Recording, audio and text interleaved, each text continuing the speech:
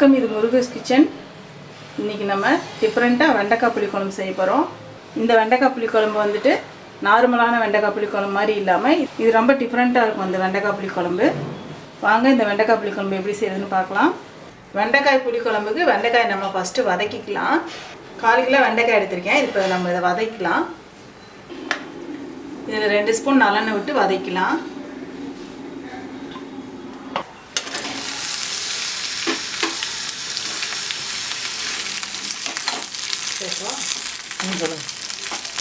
வெண்டைக்காய் எதுக்கு வதக்கி போடுறோம்னா கொலகொலன்னு இல்லாமல் இருக்கும் குழம்பு.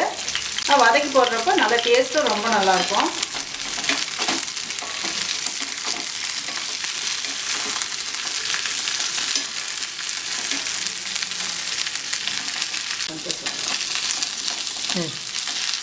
வெண்டைக்காய் இப்போ நல்லா வதங்கிடுச்சு.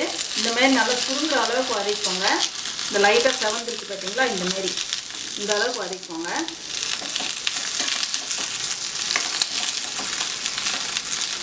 இப்போ இதை எடுத்துகிட்டு குழம்புக்கு தாளிச்சிடலாம்.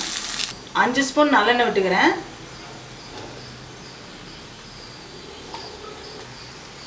ஒரு ஸ்பூன் கடுகு போட்டுக்கிறேன். 1 ஸ்பூன் வெந்தயம், 1/4 ஸ்பூன் பெருங்காயம்,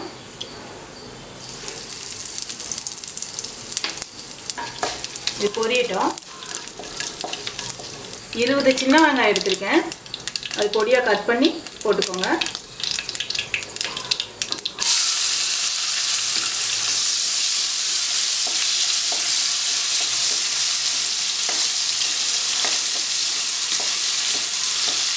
கருவேப்பிலை கொஞ்சம் போட்டுக்கிறேன். சின்ன வெங்காயம் போட்டிங்கன்னா குழம்பு ரொம்ப நல்லா டேஸ்ட்டாக இருக்கும். வெங்காயத்தை நல்லா பொன்னிறமாக வதக்கிக்கோங்க. அப்போ தான் அந்த குழம்பு நல்லா வாசனையாக இருக்கும். வெங்காயம் நல்லா வதங்கிடுச்சுன்னா நல்லா வாசனையாக இருக்கும் குழம்பு. 6 பல்லு பூண்டு போட்டுக்கிறேன்.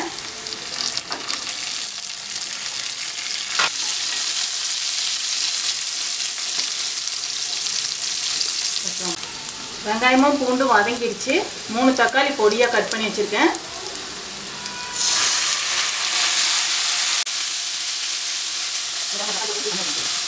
இந்த குழம்புக்கு தக்காளி கொஞ்சம் கூட போட்டுட்டு புளி கம்மியாக விட்டுக்கோங்க. தக்காளி நிறைய சேர்த்திங்கன்னா குழம்பு நல்லா டேஸ்ட்டாக இருக்கும். புளியை கம்மி பண்ணிக்கோங்க.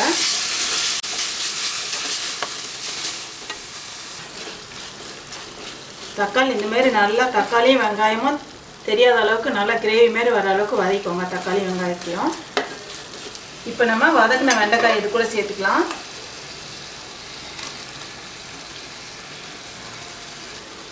இது நல்லா அப்படி சேர்த்து கிண்டிடுங்க.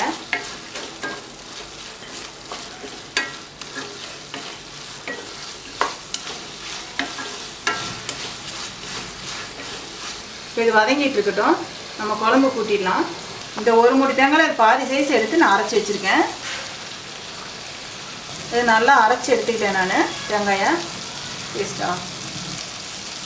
ஒரு எலுமிச்சை அளவு சைஸுக்கு புளி எடுத்து கரைச்சி வச்சுருக்கேன். தேங்காய் பொடியை புளியை ஊற்றிக்கலாம். நம்ம வீட்டில் இருக்க சாம்பார் பொடி 2 ஸ்பூன் போட்டுக்கிறேன்.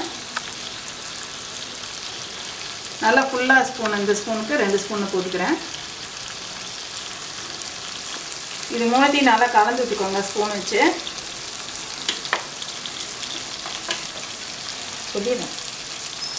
சாம்பார் பொடி உங்கள் தேவைக்கு ஏற்ற மாதிரி போட்டுக்கோங்க. இது பெரிய ஸ்பூனாக இருக்கிறதுனால நான் 2 ஸ்பூன் போட்டிருக்கேன். சின்னதாக இருந்தால் 3 போட்டுக்கோங்க. இது மூணுத்தையும் சேர்த்து நல்லா கரைச்சி விட்டுக்கோங்க. அப்படி இந்த மாதிரி குழம்பு செய்கிறதுனால சாதத்துக்கு மட்டும் இல்லை, தோசைக்கும் ரொம்ப சூப்பராக இருக்கும் இந்த குழம்பு. வெண்டைக்காய் நல்லா வதங்கிடுச்சு. நம்ம கரைச்சி வச்சுருக்க கலவையை இதில் சேர்த்துடலாம். இதை அலசிட்டு 1 கப்பு தண்ணி அளவு நான் ஊற்றிக்கிறேன்.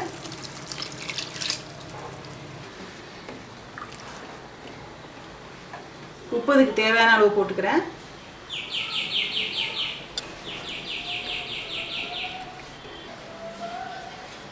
ஒரு 10 நிமிஷம் கொதிக்கட்டும் குழம்பு.